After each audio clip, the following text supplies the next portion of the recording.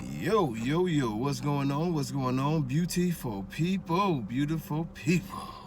I'm Terrell, Hall of Fame, D9, TBKC, and all that sweet, beautiful, wonderful shit. Man, I thank y'all once again for all the support. Rave reviews on the Friday lives. Some of y'all like my comedy. But once again, I just want to say thank y'all, man. I thank y'all for the cash apps.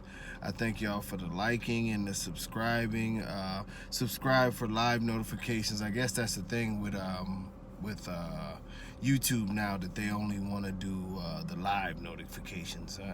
So if you haven't been getting them, subscribe for live notifications too. I'm gonna do my best to let y'all know what it is. But it looks like Friday I'll be able to do it again. I thought travel was gonna mess with that, but we're solid, you know. My life, man. But I tell you what, my daughter actually put up a post earlier. It was on Facebook, and it was funny because her Facebook post actually talked about what she wants to do with her life work, and it's basically studying genetics and research into altering the genetic makeup of wild animals to make them, able to be domesticated a lot easier. And of course, you will always have those people who go crazy with this thing, and you shouldn't mess with anything wild and this, that. Well, I mean, in some cases, maybe I would agree or whatever, but that's what she wants to do. She's a student at Ohio State now. She can do what she wants to do, and I think it's a pretty miraculous type of dream to have, and something that you go into. But the funniest thing is, I talked about this earlier, and I heard people, well, that's sort of just saying, oh, that's a stupid dream. Let me tell you guys something. We deal with dogs, and I rarely talk about education and this thing like that. But some of the things that I studied was far out there.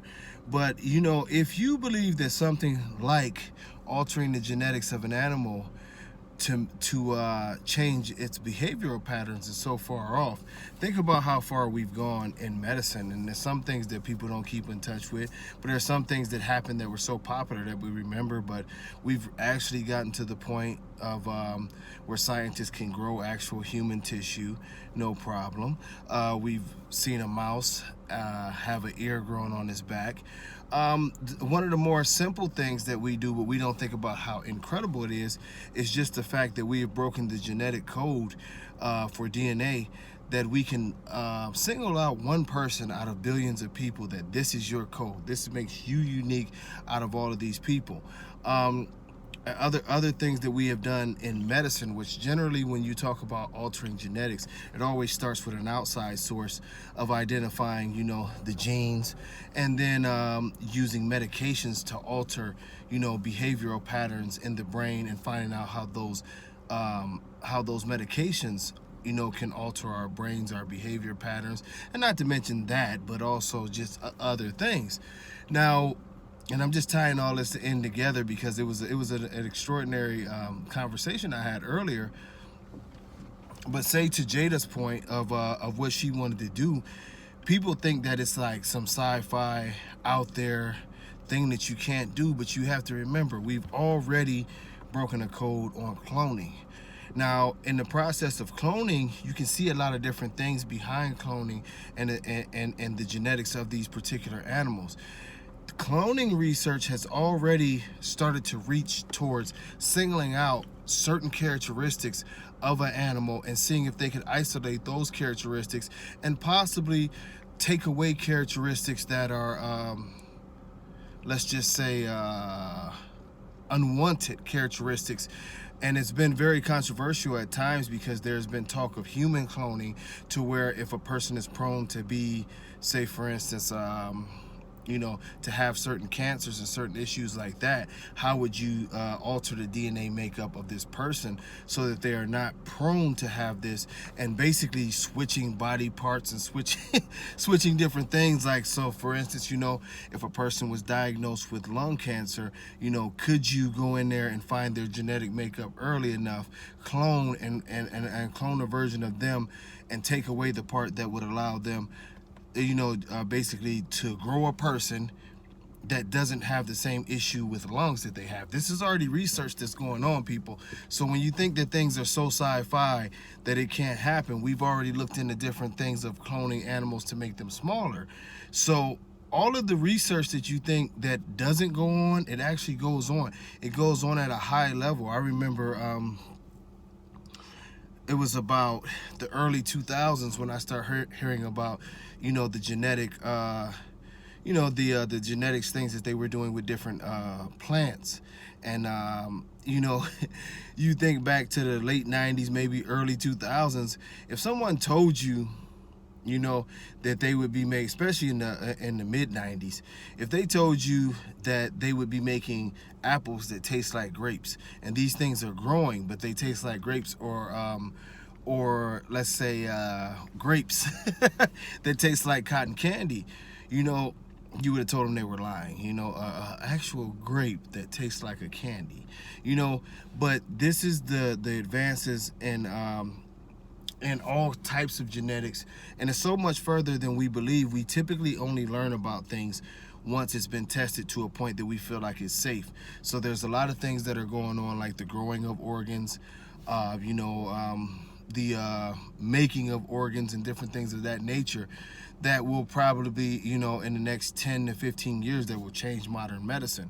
So to talk about, you know, finding, you know what I'm saying, the different zones in the brain, or the different, you know, altering of genetic makeup that we could do to the brain to change behavioral, you know, the behavior of a wild animal, it's not that far out of the reach. Like I say, things have already been done with medications, and it's already a blueprint to what parts of the brain, you know, activate aggression, what parts of the brain do this, what parts of the brain do that. And it's a lot deeper than we even get into that, you know what I'm saying, as far as the hemispheres of the brain and different things of that nature. And we, you know, genetic geeks, we look into these different things, you know, and we try, you know, to, you know, do a little bit of research ourselves and stay up on these things.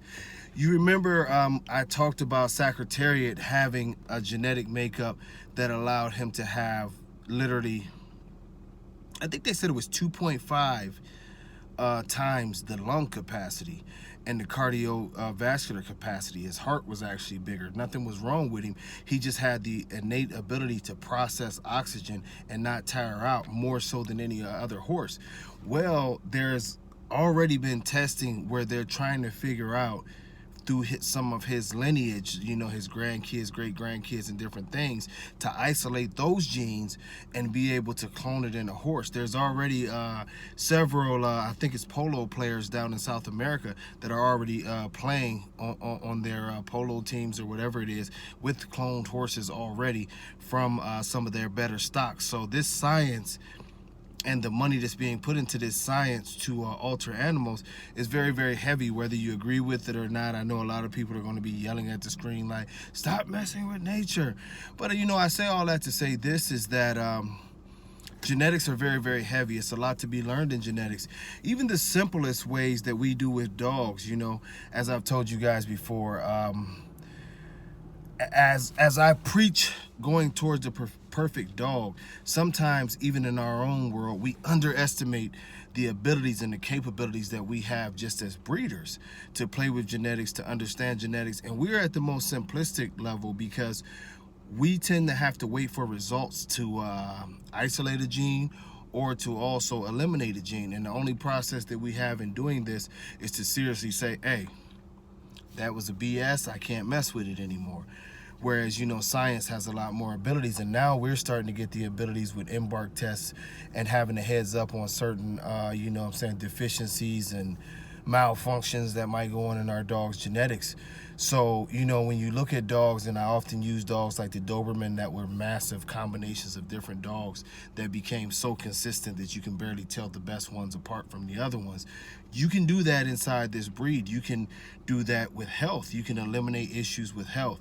We can isolate, you know, genetics through our breeding process, and it's been proven through many breeds that you can make this breed very, very identifiable and very, very consistent as a breed, that everything in this breed goes hand in hand, and we start seeing one type of dog, one very, very healthy type of dog. And at that point, we're just perfecting that one dog, you know, and that's what you've seen with the other breeds. But it takes time, it takes discipline, and it takes consistency. And with all that being said, you know, Jada's topic was a very interesting topic. But in our dog world, of course, we don't have the labs and we don't have all the technology, and we're not going that far. But I will tell you guys that with genetics, it's not as simple as you think, and it's not, you know, as complicated as you think, you know. And I'll explain that by just saying, some of you believe that you can cheat the game by, say, for instance, I take a healthy English Bulldog and I take a healthy French Bulldog, and I'm going to mix that with a healthy American Bully with great conformation and all of this, and I'm guaranteed to have a very, very nice exotic that's healthy and this, that, and the other. If that was the case, all dogs would be healthy, because the origins of what all of these dogs that we have now, if you go back further enough in all of their pedigrees, there were healthy dogs there. But the way genetics work is that there are so many underlying things that you may mix a bunch of healthy, great conformation dogs, and you can come up with some absolute train wrecks, because especially when you're mixing breeds, there's a lot of genetics there that aren't programmed to go with each other. So for instance, if you are making an English Bulldog, this has been years and years of breeding to program genetics to work for the English Bulldog. Now, after 100 years of programming to this breed, you want to just throw all of these genes into another breed, or maybe 2 or 3 other breeds, and what happens is a bad reaction that sometimes you end up with dogs that look like exotics, and those exotics are showing, you know, the abnormalities and the dysfunction of the genes that happen in many animals when you put different animals together. This is why it's very, very important to stay consistent with a consistent set of genes, so that the manipulation of those genes can be more plausible. Because if you're not, if you're adding a ton of things to this, you are making a math equation that's so complicated that it literally will take decades and decades and decades to figure out. But if you keep, you know, say for instance, you take a bunch of average healthy dogs, and they might not be the bulliest of dogs, but you stay on a consistent path to enhance the bulliness throughout selective breeding, and now you have the same gene pool, and you know the issues of this gene pool, you know the good points of this gene pool. Over a span of 10 years, you'll make great leaps and bounds. Over a span of, say, 15 to 20 years, you'll make significant leaps and bounds to where you're getting the size that you want, but you still have the health that you want, you still have the structure that you want, and you're very, very knowledgeable about what's in your dog. What we see in the American Bully right now is we see a bunch of people who are adding a bunch of things in there and making this where it's literally a 40-50 year process to clean up some of the trash that we've done to this breed. And you say, and you know, like 40-50 years, that's ridiculous. But the thing of it is that some of these dogs are in such bad shape they should never be bred, you know. So if you did try to, say for instance, start weakening the genes of some of these dogs, this, that, and the other, if you were very consistent, you could probably erase a lot of their issues within a decade.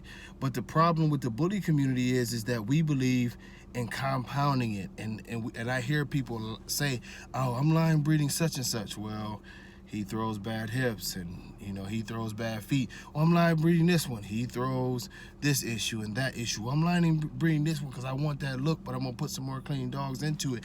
That's when it becomes a 30-40 year process, because you keep putting the bullshit back in there, when really the true formula for this is just to get rid of it. Honestly, get rid of it, start all over, get clean dogs, get a good clean gene pool, and move forward from there. You know, I could go on and on and on and on and on about all of this stuff, and there's some very interesting things that could get complicated, but also you know, would spark the brain with different animals and different things that we've seen through genetics, and some of the tests and the studies that have been shown about genetics. But that's not easy to do in a YouTube video. But I do encourage you guys to read into different studies on genetics with animals to get a better understanding of how genetics work with animals, and educate yourself if you're going to be a breeder and working with the genetics of animals on how, you know, to get the best out of your dogs and have a better idea, at least, on how to get the best of your dogs in your program going forward for the next decade. And yes, I keep saying decade. If you are a breeder and you're not planning for the next decade, you're not a breeder. You're just someone who's letting two dogs fuck. Into the and with that, I'm out of here, man. God bless all y'all. You know, hopefully y'all having a happy holiday. Call your loved ones. Let them know you love them. Until next time, much love. Peace.